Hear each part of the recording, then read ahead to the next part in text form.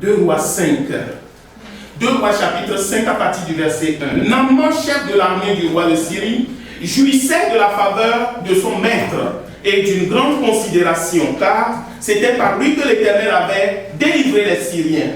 Mais cet homme fort et vaillant était lépreux, il était malade.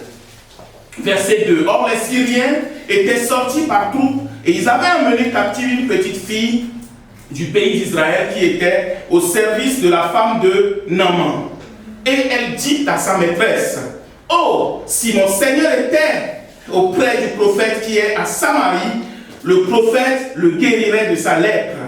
Naaman alla dire à son maître: la jeune fille du pays d'Israël a parlé de telle, elle a parlé de telle ou de telle manière. Amen. Verset 5. Et le roi de Syrie dit: va, rends-toi à Samarie, et j'enverrai une lettre au roi d'Israël. Il partit, prenant avec lui 10 talents d'argent, 6000 cycles d'or et 10 vêtements de rechange. Il porta au roi d'Israël la lettre où il était dit: maintenant, quand cette lettre sera parvenue, tu sauras que je t'envoie Naaman, mon serviteur, afin que tu le guérisses de sa lèpre. Une belle lettre, n'est-ce pas? Après avoir lu cette lettre, le roi d'Israël déchira ses vêtements et il dit: suis-je un Dieu pour faire mourir ou pour faire vivre, qu'il s'adresse à moi afin que je guérisse un homme de sa lèpre? Hein, pas d'une migraine, hein, de la lèpre. Pas d'un mal de ventre, de la lèpre. Oh! Un homme, et dit: sachez donc et comprenez qu'il cherche une occasion de dispute avec moi. Lorsque Élisée, homme de Dieu, verset 8, apprit que le roi d'Israël avait déchiré ses vêtements, il envoya dire au roi: pourquoi as-tu déchiré tes vêtements? Laisse-le venir à moi et il saura qu'il y a un prophète en Israël. Naaman vint avec ses chevaux et ses chars et il s'arrêta à la porte de la maison d'Élisée. Élisée lui fit dire par un messager: va et lave-toi 7 fois dans le Jourdain, ta chair redeviendra saine et tu seras pur.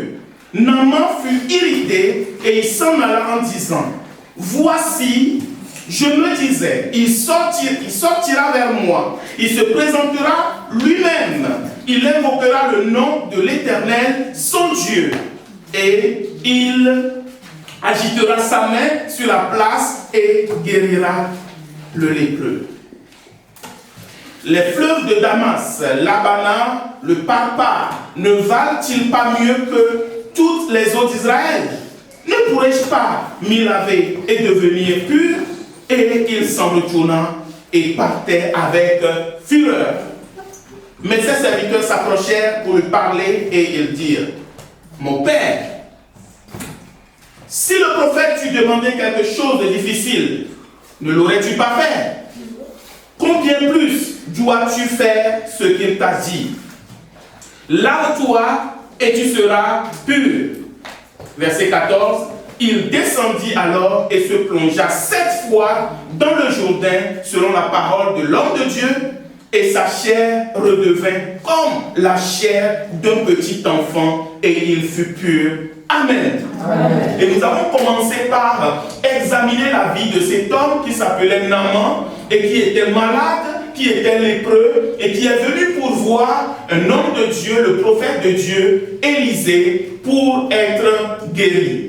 Et nous avons vu que le premier problème de cet homme, c'est qu'il est venu avec ses idées déjà bien précis, préconçus. Et l'enseignement que nous avons tiré de cela, nous avons dit que si nous voulons aller de l'avant avec Dieu, si nous voulons réussir avec le Seigneur, si nous voulons que vraiment les choses puissent changer dans nos vies, nous devons mettre de côté nos idées, nos pensées. Et nous avons lu Ésaïe 55, le verset 8, où Dieu disait que mes pensées ne sont pas vos pensées et vos voix ne sont pas mes voix. Que nous puissions mettre nos pensées de côté. Nous en avons longuement parlé que quand nous sommes confrontés à des situations, nous sommes tentés tout tout de suite à mettre notre cerveau en marche.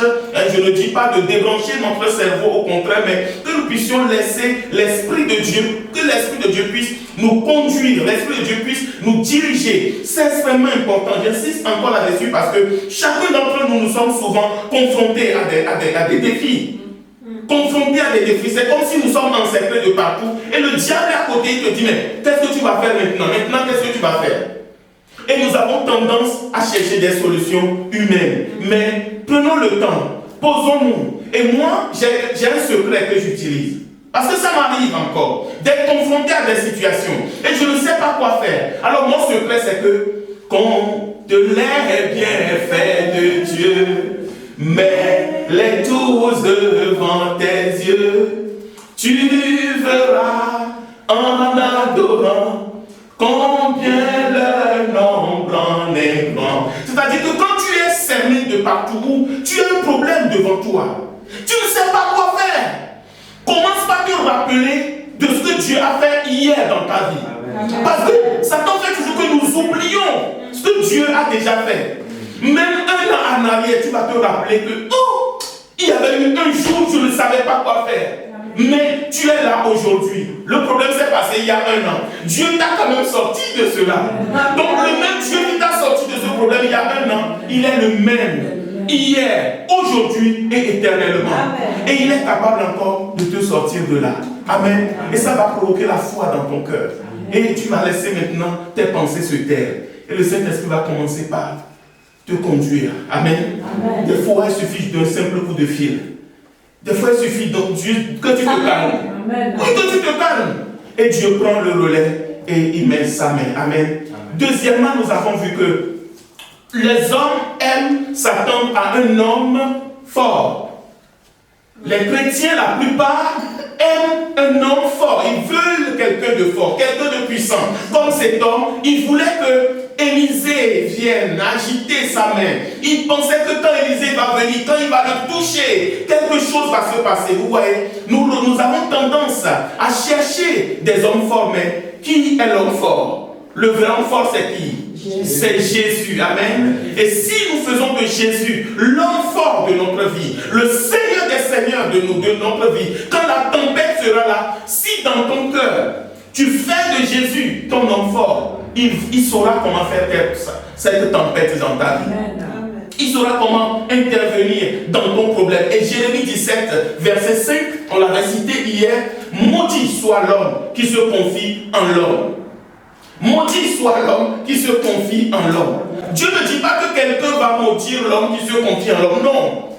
Bien aimé, apprenons à comprendre la parole de Dieu. On le verra plus loin tout à l'heure. Dieu a dit, dès que tu te confies en l'homme, tu es déjà maudit.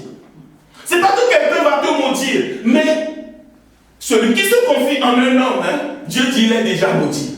Et si nous ne voulons pas vivre dans la malédiction, confions-nous en l'Éternel. Amen. Quand nous disons que à tel serviteur de Dieu, aussi seulement celui-là pouvait prier pour moi, déjà tu es déjà maudit. Amen. Parce que tu ne te confies pas en Dieu en fait. Amen. Tu te confies en l'Éternel. Amen. Amen. Nous avons déjà vu des chrétiens, ils avaient 2, 3 serviteurs de Dieu, où il fallait prier pour eux. C'est pas parce que tel ou tel serviteur de Dieu a un problème en particulier, mais il veut que ce soit celui-là qui prie pour lui parce qu'il pense que lui, il a beaucoup de force, beaucoup de puissance, beaucoup d'onction. Quand lui va prier pour moi, mon problème va être résolu. Eh bien non, tu es déjà maudit. Parce que tu ne te confies pas en l'Éternel. Tu te confies en l'homme. Et je pense que si nous commençons même pas à réfléchir pour dire, Seigneur, ton serviteur, ce n'est qu'un canal, ce n'est qu'un instrument. Plusieurs fois, Dieu a dit que je vais faire telle ou telle chose, non pas à cause de vous, mais à cause de mon nom. Amen. Non pas à cause de vous, mais à cause de mon nom. Amen. Si tu crois que le serviteur de Dieu, lui, va juste être un canal que Dieu va utiliser, mais tu vas t'attendre pas à l'homme, mais à Dieu. Et la prière qui sera faite, le Seigneur va approuver. Amen. Amen. Très très important. Troisième point, nous avons vu que nous donnons à Dieu, ou les hommes aiment donner à Dieu, non pas par amour, mais par intérêt. Et le Seigneur nous a interpellé que quand nous voulons lui lui donner, que nous lui donnions avec amour. Amen. Tout ce que tu fais, c'est pas que en argent. Hein. Je veux parce qu'on s'était arrêté hier. Le temps était contre nous, n'est-ce pas? Ce n'est pas que en argent. Tout ce que tu fais pour Dieu, pourquoi le fais-tu? Est-ce que c'est par amour pour lui? Donc il y a toujours quelque chose à faire. Et Dieu nous forme aussi. Amen. Dieu nous prépare aussi. Amen. Dieu ne veut pas que nous soyons des chrétiens qui soient endormis. Moi je vois beaucoup de chrétiens aujourd'hui. Ils sont là. Mais tu es chrétien, pourquoi? Amen. Écoutez, la chrétienté, ce n'est pas juste je vis, je suis là, j'essaie de ne pas faire. Qu'est-ce que tu fais pour Dieu? Que fais-tu pour Dieu? Qu'apportes-tu? Quand tu vas te présenter devant le Seigneur, qu'est-ce que tu vas montrer à Dieu? Amen. Quelles sont les œuvres qui te suivront le jour où tu verras le Seigneur? C'est ça qui est important. Et Dieu veut que tout ce que nous faisons pour lui, bien-aimé, que ça soit par amour. Amen. Que ça soit par amour. Amen. Tout ce que tu fais pour Dieu, que ça soit par amour. Amen. Ne le fais pas par contrainte. Ne le fais pas parce qu'il n'y a personne pour le faire. Ne le fais pas parce qu'il faut bien. Non, faisons-le avec amour. Et bien aimé, ça, il n'y a que Dieu qui peut le vérifier dans nos cœurs. Moi, je n'ai pas les moyens de le vérifier. Amen. Et que si nous fonctionnons comme ça, bien aimé, l'année 2020 sera différente dans ta vie. Amen. Elle sera différente. Et comme verset, si vous voulez, dans Acte 8, verset 20, la Bible parle de cet homme qui était un faux chrétien. Il s'est approché des disciples. Il voulait la puissance de Dieu. Lui aussi, il veut imposer les mains aux personnes pour que les personnes soient guéries, n'est-ce pas? Il voulait manifester les dons de l'esprit. Il s'est converti, il s'est fait baptiser. Tout le monde pensait que c'était un chrétien, c'était un vrai frère. Amen. Et dans Acte 8, verset 18, la Bible dit que lorsque Simon vit que le Saint-Esprit était donné par l'imposition des mains des apôtres, il leur offrit de l'argent en disant: accordez-moi aussi ce pouvoir afin que celui à qui j'imposerai les mains reçoive le Saint-Esprit. Verset 20, mais Pierre lui dit: que ton argent périsse avec toi, puisque tu as cru que le don de Dieu s'appellerait à prix d'argent. Vous comprendrez que Naaman est venu, on a dit hier qu'il était venu avec du cash. Naaman avec de l'argent. Et cet homme aussi, Simon, la Bible nous dit qu'il fallait du discernement pour savoir que cet homme n'était pas converti. Mais il avait du cash. Et il est venu vers les serviteurs de Dieu. Si c'était aujourd'hui, on allait voir Simon qui arrive avec une enveloppe. Oh, pasteur, tiens, pasteur.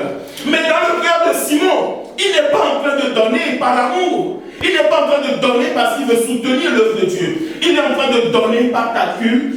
Comme ça, on va me donner la puissance. Et moi aussi, quand je vais partir, je vais commencer par opérer. Bien-aimés, ouvrez les yeux. Combien de serviteurs de Dieu aujourd'hui cherchent la puissance? Combien de soi-disant hommes de Dieu aujourd'hui courent derrière la puissance? Tout le monde veut être puissant, tout le monde veut être fort, même si c'est un faux prophète qui peut te donner, parce que tant que les foules le suivent, tout le monde pense que c'est Dieu qui est avec lui. Et les gens vont voyager, vont aller voir des personnes à gauche, à droite, avec des enveloppes, avec beaucoup d'argent, pasteur. Ils vont aller donner beaucoup d'argent à un homme, alors que dans leur église, les veuves et les orphelins sont là. Ils ne sont pas capables de donner, nous ne sommes pas capables de donner 50 € à une veuve, 50 € pour, je ne sais pas moi, payer l'écolage d'un enfant qui a perdu ses parents. Mais nous sommes capables de prendre 10 000 €, de bien ranger dans une enveloppe pour aller donner à un homme de Dieu, non pas parce que nous aimons Dieu, mais simplement parce que nous espérons que quand lui va prier pour moi, oh, je vais recevoir une puissance. Moi, je crois que si j'utilise mon argent pour aider celui qui est dans le besoin, pour aider le plus faible, pas le plus faux pauvre, parce qu'il n'y a pas de pauvre dans le royaume de Dieu, pour aider le plus faible, Dieu va m'accorder. Dieu va m'accorder. Dieu va m'accorder. Plus. Alléluia. Recherchons, bien-aimés, les choses auprès de Dieu, auprès des hommes. Amen. Simon, lui, il recherchait la puissance. Il donnait, non pas par amour. Pourquoi est-ce que nous donnons à Dieu? Même quand tu pries, même quand tu jeûnes. Pourquoi pries-tu? Pourquoi jeûnes-tu? Si tu pries, si tu jeûnes, si ce n'est pas par amour pour Dieu, par amour pour son royaume, par amour pour son œuvre, tes intentions ne sont pas pures. Combien de fois avons-nous dit: je vais m'enfermer pendant 20 jours et je vais recevoir la puissance. Quand je vais sortir, je vais arriver là-bas. Les hommes vont savoir qu'il y a vraiment un homme. Oui. Tes intentions ne sont pas pures. Amen. Tes intentions ne sont pas conformes à la volonté de Dieu. Mais si tu jeûnes pour dire Seigneur, je veux que ton œuvre se fasse. Amen. Regarde les gens qui sont aveuglés, les gens qui sont complètement perdus. Seigneur, je vais être un instrument entre tes mains. Amen. Dans le couloir dans lequel tu m'as appelé, je m'humilie devant toi. Je veux que tu me dépouilles. Je veux que tu me libères de moi-même. Tout ce qui est du moi qui peut m'empêcher de réellement faire ton œuvre. Pendant ce temps, Jésus va venir. Et il va commencer par te dépouiller. Il va commencer par te mettre le doigt sur les choses que tu dois commencer par changer dans ta vie. Et quand tu vas sortir de là, tu ne seras plus le même homme. Tu ne seras plus la même femme. Et ton ministère, ton appel, ton œuvre sera différent. Sera distingué. Ce sera le bon vin. Quand tu vas servir, les gens vont dire, mais on a bu des vins, mais celui-là, il est particulier. Il est particulier. D'où sors-tu, madame? Mais quand vous parlez, on dit, madame, tu parles avec les gens ils ont envie de t'entendre. Tu discutes avec les gens ils ont envie de t'entendre. Alléluia. Tu apportes la parole de Dieu. Elle a une saveur particulière. Amen. Donc, tout ce que nous faisons, faisons-le avec amour. Le quatrième point, nous faisons semblant d'écouter. Et pourtant, nous avons nos convictions bien arrêtées. Nous faisons semblant d'écouter ce que Dieu nous dit. Et pourtant, nous avons nos convictions bien arrêtées. Convictions bien arrêtées. Alors, ce quatrième point, il ressemble beaucoup au premier. Tu peux penser que mais, nous avons nos idées préconçues. Non. Parce qu'il y a une différence entre une idée préconçue et une conviction bien arrêtée. Tu peux avoir une idée sur quelque chose avant d'arriver. Et quand tu arrives à l'endroit, tu peux te dire, moi j'ai pensé ça, mais au final, c'était pas ça. Moi j'allais à cette église, je pensais que c'était comme ça, mais arrivé sur place, c'était pas ça. Quand j'ai entendu votre voix au téléphone, moi je vous voyais comme ça, mais quand je vous ai vu en vrai, c'était pas ça. Amen. On peut avoir une idée préconçue, mais c'est facile de changer une idée préconçue qu'une conviction bien ancrée. Quelqu'un qui a une conviction, rien ne pourra le faire changer. Quelqu'un qui a une conviction, il est sûr et il est certain de ce qu'il dit, ce qu'il pense. Amen. Tu peux être en train de parler avec quelqu'un, en train de lui expliquer. Il sera devant toi et dire oui, ma soeur, oui. Mais tant qu'il a quelque chose de convaincu, quelque chose de ferme, tant qu'il a cette conviction bien ancrée dans son cœur, rien ne pourra lui faire changer. Comment peut-il me demander, disait Naaman, d'aller me baigner dans le Jourdain? Naaman avait la conviction que les fleuves de la Syrie sont meilleurs que les fleuves d'Israël. C'est pas quelqu'un qui va lui faire changer ça de sa tête.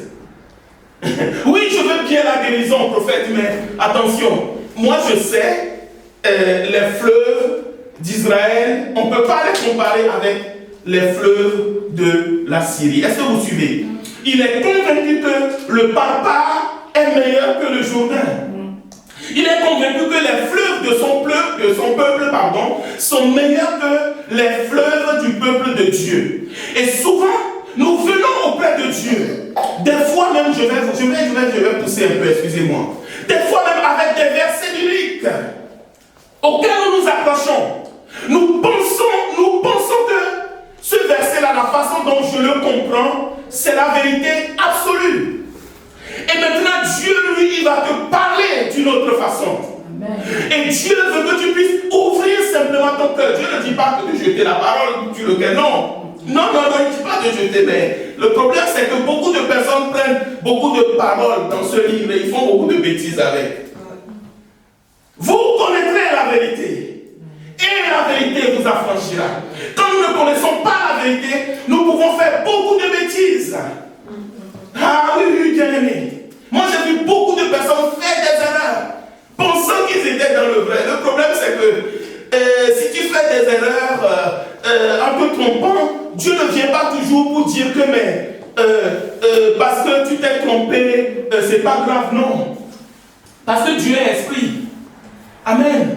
Parce que Dieu est esprit. Si nous prenons la parole de Dieu, nous la comprenons à l'envers. Même sincèrement, la Bible dit, quand un aveugle conduit des aveugles, il n'a pas dit que j'aurai compassion d'eux parce que c'est quand même des gens qui me cherchent. Non.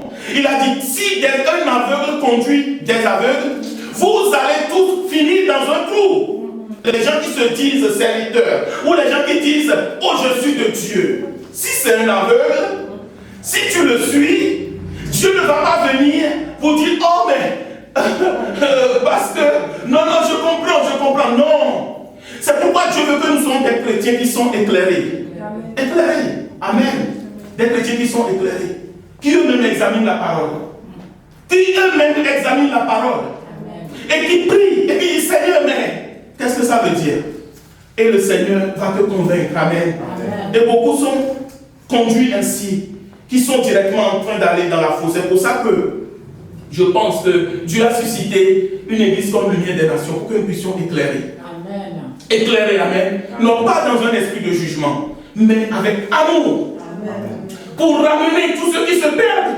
Amen. Pour aller les appeler, les ramener. Amen. Pour leur dire non, ma soeur, non, mon frère. S'il te plaît, je t'en supplie. Ouvre les yeux. Est-ce qu'on peut prier ensemble? Est-ce qu'on peut prier ensemble?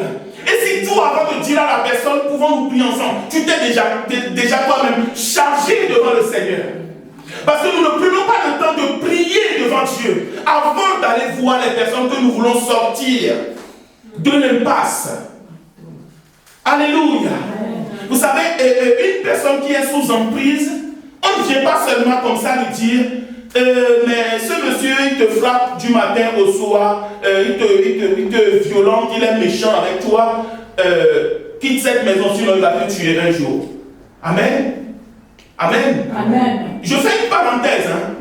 Les gens qui veulent se baser sur la parole de Dieu, pour encourager les femmes à continuer à subir des violences dans leur couple, vous avez des comptes à rendre à Dieu. Amen. Vous aurez des comptes à rendre à Dieu. Amen. Les femmes ne sont pas les objets des hommes. Amen. Dieu nous a tous créés de la même manière. Amen. Trop de violences cachées dans les églises. Et nous ne voulons pas en parler. Et quand nous sortons, nous voyons les païens, ils nous posent la question. Ils nous posent la question. Ils nous posent la question, mercredi encore. On était avec des personnes, ils nous ont posé toutes les questions. Ils disent que vous préférez cacher les choses. Alléluia. Amen. Je pense que quand les serviteurs de Dieu vont commencer par parler comme ça, la crainte de Dieu va commencer par monter dans les cœurs. On dit, oh, le lien du mariage, c'est sacré. Mais oui, c'est Dieu qui unit, ce n'est pas les hommes qui unissent. Amen. Mais Dieu n'unit pas pour que quelqu'un puisse tuer la fille de quelqu'un. Non. Après, quand il y a les drames, tu vas te cacher après. Ah, tu ne vas pas répondre quand il y a des problèmes. Oui. S'il y a les drames, il n'y a plus personne. Il n'y a plus personne. Oh, Dieu va nous aider. Quand on va aborder le dossier des familles, je pense qu'il y a des gens qui vont rentrer chercher leur chaise pour rentrer en dessous. Les maris irresponsables. Mais les femmes aussi, on leur parle. Ne vous inquiétez pas. Amen. Vous savez de ces femmes, elle va t'humilier. Elle va te parler. Tu vas même te regarder comme deux fois rien. Amen. Donc quand tu humilies du matin au soir, humilié, tes parents méprisantes, pousser l'homme à bout, être sur son dos, à le pousser, parce qu'il sait que peut-être cet homme il est colérique. Donc elle va le pousser à bout jusqu'à ce que cet homme explose. Et quand l'homme va exploser, c'est la violence. Et quand on va arriver, l'autre va être là. Oh, il m'a tapé, il m'a fait ci, mais on ne sait pas comment est-ce qu'on en est arrivé là. Mais ce que le Seigneur veut, c'est que nous qui sommes enfants de Dieu, nous qui sommes chrétiens, que nous nous revêtons du caractère de Dieu. Amen. Amen. Oh Jésus, laissons nos convictions de côté. Ne dis pas que moi je connais ça, c'est comme ça, non. Dieu a dit c'est le Jourdain qui va te guérir. Il n'a pas dit que c'est le papa. Ce que Dieu dit, obéis. Laisse tes convictions de côté. Amen. Amen. Si tu fais ça, tu vas réussir. Amen. Amen. Je connais les fleuves meilleurs. Je connais l'homme de Dieu meilleur. Oh, mais toi, tu as prié pour moi, mais je connais le pasteur là-bas. Quand lui, il va prier pour moi. Mais pourquoi est-ce que tu viens me voir alors? Oui. Mais tu viens à l'église quelque part, mais tu as un autre homme de Dieu que c'est lui qui va prier et le problème va être résolu. Mais pourquoi tu ne vas pas le voir? Laissons nos convictions de côté. Amen. Convaincus de ci, convaincus de ça, le Seigneur veut que nous soyons libérés de tout cela. Le cinquième point, qui est le dernier point. Nous sommes malades parce que nous sommes orgueilleux. Point. Nous sommes malades parce que nous sommes orgueilleux. Je suis orgueilleux. Tu es orgueilleux. Est-ce que tu peux toi-même te le dire que tu es bien aimé? Prenez-moi au sérieux, hein, parce qu'il y a des choses que nous disons, c'est des choses que nous avons déjà dit avec Dieu avant d'arriver devant. Alléluia. Il faut que tu puisses toi-même te dire que Seigneur, je reconnais que je suis orgueilleux. Vous savez, l'orgueil, c'est pas juste quand on enfle le torse ou on lève les deux bras comme ça. Non, non, non, oublions ça. L'orgueil, c'est quelque chose de très subtil. L'orgueil est rattaché directement à la nature pécheresse de l'homme. Dieu n'a pas créé l'homme mauvais. C'est le péché qui nous a dénaturés. Et du moment où le péché est rentré dans l'homme, l'orgueil, c'est le premier ingrédient qui est arrivé. Quand ils ont péché dans le jardin d'Éden, la première chose qu'ils ont cherché à faire, c'était de cacher leur nudité. C'est-à-dire que, pourquoi je vais apparaître nu? L'orgueil nous empêche d'exposer réellement qui nous sommes. L'orgueil nous pousse à... Voilà, il ne faut pas que les gens sachent quoi, il ne faut pas que quelqu'un voit, il ne faut pas que Dieu voit, il ne faut pas que... Non. Amen. Et l'orgueil, c'est vraiment un problème que si nous ne le traitons pas bien aimé, longtemps Dieu veut te sauver, longtemps Dieu veut agir dans ta vie. Mais tu as ton orgueil. Cet homme, il a dit, pas question, moi aller me laver dans le fleuve là, mais il m'a bien regardé en fait, Élisée n'est même pas sorti pour me voir. Déjà il est très blessé. Et son orgueil est réellement monté.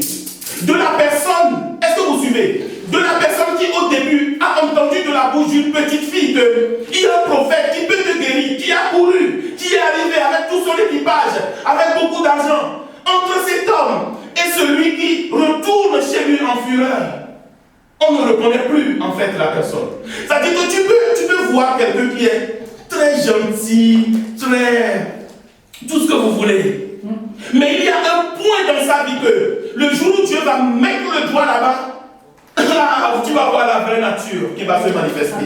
Et chacun de nous doit prier pour dire, Seigneur, c'est quoi ce point que j'ai dans ma vie? Que le jour où tu le touches, c'est comme un abcès qui fait très très mal. Et quand tu vas commencer par prier comme ça, Jésus va te montrer. Et tu vas dire, Seigneur, voici maintenant mon abcès. Il faut que tu puisses le guérir. Il faut que tu puisses, oui, il faut que tu puisses le guérir. Et chaque chrétien doit passer par là. Et quand Dieu est arrivé dans le jardin, ils sont cachés. Dieu les appelle quand ils vont sortir là. Mais il a fallu que Adam et Ève puissent accepter que Dieu puisse leur donner une vraie couverture pour enlever ce que eux-mêmes ils ont fabriqué pour cacher leur nudité. Jacques 4, le verset 6, la Bible dit que Dieu résiste aux orgueilleux, mais il fait grâce aux humbles. Dieu résiste aux orgueilleux. Jacques 4, 6, il fait grâce aux humbles. Si tu es orgueilleux, Dieu va te résister. Quand Dieu te parle, tu es où la parole arrive, tu ne reçois pas la parole. Tu es orgueilleux, tu es toi-même dans tes raisonnements. Dieu va te résister. Je vais même aller plus loin. Tu peux jeûner, tu peux prier, tu peux faire tout. Mais Dieu nous résiste tous les jours. Parce que nous sommes orgueilleux. Et ce soir, Dieu nous parle, bien-aimés. Que nous puissions entrer en nous-mêmes et voir dans quel domaine nous avons besoin de laisser notre orgueil. Amen. On a chanté ce chant tout à l'heure. J'abandonne mes tristesses, je les laisse tomber. Dieu veut que nous laissions tomber des choses. Moi, je vois une année bénie 2020. Amen. Je vois une année de victoire pour l'Église, pour chacun d'entre nous. Je le vois, bien aimé. À condition que nous fassions ce travail individuel. Toujours Jacques 4, le verset 7. Il dit que soumettez-vous à Dieu. C'est la suite du verset. Verset 4 au verset 6, il dit Dieu résiste aux orgueilleux, mais il fait grâce aux humbles. Le verset 7, il dit soumettez-vous à Dieu, résistez au diable et il fuira loin de vous. Pourquoi diable. Parce que le diable, c'est lui le premier orgueilleux. Si tu ne te soumets pas à Dieu, c'est que Satan a déjà pris le contrôle de ton âme. Parce que l'orgueil, c'est au niveau de notre âme. On en avait déjà parlé de ces choses. C'est dans le cœur, ça va ressentir. Nous avons beaucoup de ressentis dans nos relations. Pourquoi nous n'arrivons pas à travailler ensemble? Mais c'est l'orgueil. On dit, mais lui, il m'a. Mais en fait, c'est l'orgueil. C'est l'orgueil. Amen. Oh, que Dieu nous délivre. Amen. Que le Seigneur nous délivre. Amen. Soumettez-vous à Dieu. Résistez au diable. Et il va fuir loin de vous. Quand Satan va fuir de toi, tu vas te soumettre à Dieu. Amen. Amen. Et nous allons voir la victoire. Alors, c'est les serviteurs de cet homme. Quand cet homme partait en colère, ils ont dit au verset 13, mais patron, si l'homme de Dieu t'avait demandé quelque chose de plus difficile, ne l'aurais-tu pas fait? Lave-toi et tu seras pur. Et en fait, nous aimons ceux qui nous demandent des choses difficiles. Vous pouvez noter 2 Corinthiens 11. Amen. 2 Corinthiens chapitre 11, verset 19 à 20. Nous aimons les chrétiens aujourd'hui. Vous aimez ceux qui vous demandent des choses difficiles. Élisée a demandé quelque chose de facile. Le monsieur ne veut pas. Mais Paul dit, vous aimez bien. Vous supportez volontiers les insensés. Vous qui êtes sages, si quelqu'un vous asservit, vous aimez bien. Si quelqu'un vous dévore, vous l'aimez bien. Si quelqu'un s'empare de vous, vous l'aimez bien. S'ils sont arrogants, vous les aimez. S'ils vous frappent au visage, vous les supportez bien. C'est dans la Bible. 2 Corinthiens 11, 19 à 20. En fait, Paul est en train de dire que les chrétiens aujourd'hui, vous qui êtes supposés être sages, c'est-à-dire que nous avons l'Esprit de Dieu, les gens sont devenus complètement insensés. Ils préfèrent ceux qui les frappent au visage, ils préfèrent les gens qui sont arrogants, ils préfèrent les gens qui sont méprisants. Oui, ils préfèrent. Les gens qui les dépouillent, ils les préfèrent, pasteur. Incroyable. Ils préfèrent ceux qui les dévorent. Paul dit, mais je ne comprends pas, Corinthiens. Corinthiens, je ne vous comprends pas, vous qui êtes sages, parce que vous avez la parole, mais vous préférez les insensés. Si tu dis à un chrétien aujourd'hui, pourquoi est-ce que beaucoup de personnes se font abuser dans certains milieux? Pourquoi il y a tant d'abus aujourd'hui? Parce que les gens préfèrent les choses difficiles. Et le Seigneur nous parle, bien-aimé, pour l'année que nous avons devant nous. Si nous voulons la victoire, acceptons ce qui est simple. Amen. Acceptons ce qui est simple. La parole de Dieu est simple. Alléluia. Amen. Amen. Elle est simple. Comme Élisée. Va, lave-toi et tu seras pur. Amen. Amen. Alors les serviteurs de cet homme, je vais terminer par là. C'est les vrais serviteurs. Ils ont dit, patron, fais ce qu'il t'a dit et tu seras pur. Et Dieu m'envoie te dire, fais ce que je te demande et tu vas avoir la victoire. Fais ce que je te demande et tu vas aller de gloire en gloire. Tu vas aller de victoire en victoire. Ne suis pas des choses compliquées. Laisse-moi parler dans ton cœur. Dieu parle. Il n'est pas sourd. Il n'est pas sourd. Dieu parle. Amen. Je te parlerai moi-même. Je te guiderai moi-même. Mais ne cherche pas à suivre les choses compliquées. Amen. Lave-toi et tu seras pur. Vous savez, le vrai serviteur de Dieu, c'est celui-là qui va utiliser la vérité biblique pour te raisonner. Le vrai serviteur, il va prendre la parole de Dieu pour te ramener à la raison, pour t'aider à laisser tes pensées, tes raisonnements, tes convictions, tout ça de côté, pour que tu puisses rentrer dans la volonté parfaite de Dieu. Romains 12, verset 1. Ne vous conformez pas au siècle présent. Ne vous conformez pas au siècle présent, je mets point. Ne vous conformez pas à ce qui se fait à gauche, à droite. Ne vous conformez pas à ce qui se fait partout, parce que c'est dans tel là-bas. Non, ne vous conformez pas. Je priais, je dis, mais Seigneur, quand j'entends les louanges aujourd'hui, je ne juge pas, je constate. Où sont les inspirations? Ceux qui sont appelés à écrire des chants, ceux qui sont appelés à nous nourrir l'église des chants inspirés, reçus directement du ciel et non de l'enfer. Où êtes-vous? Ceux qui sont appelés à amener des cantiques spirituels, des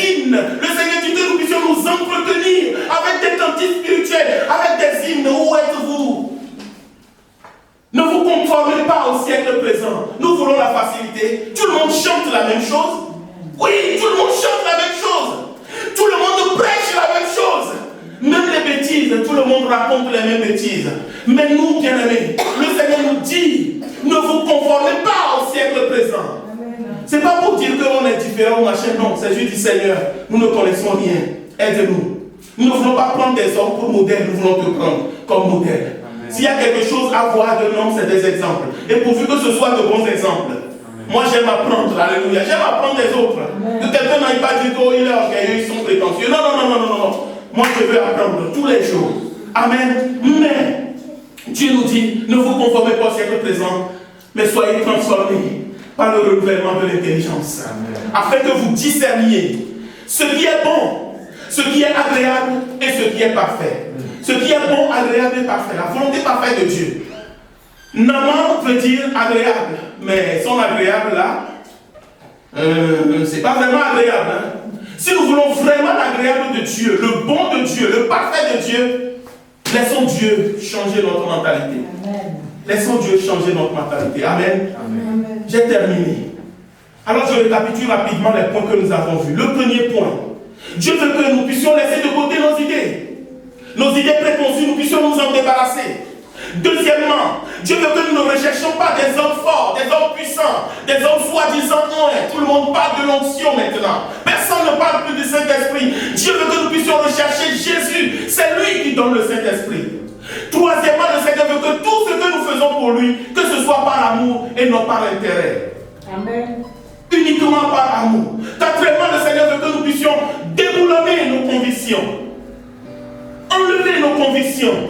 Les jeter et laisser Dieu placer ses convictions dans nos cœurs. Et le dernier point, Dieu veut que nous puissions abandonner notre orgueil. C'est les 5 points. Et si nous voulons réellement aller de l'avant, choisissons les vrais serviteurs qui vont nous raisonner, qui vont nous dire, mon frère, là, il faut que tu changes. Ma soeur, là, il faut que tu changes. Si tu veux que Dieu puisse transformer ta vie. Moi, je mets vraiment, je nous mets au défi de la part de Dieu. Je ne dis pas que tout ce que nous avons dit ces jours-ci, c'est toute la vérité. Non, la vérité, elle est large. Mais si nous commençons déjà par travailler sur ces quelques points, je pense que nous pouvons faire un bilan. Amen. Je pense que un temps viendra, nous pouvons faire un bilan. Et chacun viendra avec son témoignage. Amen. Amen. Que le Seigneur vraiment vous bénisse.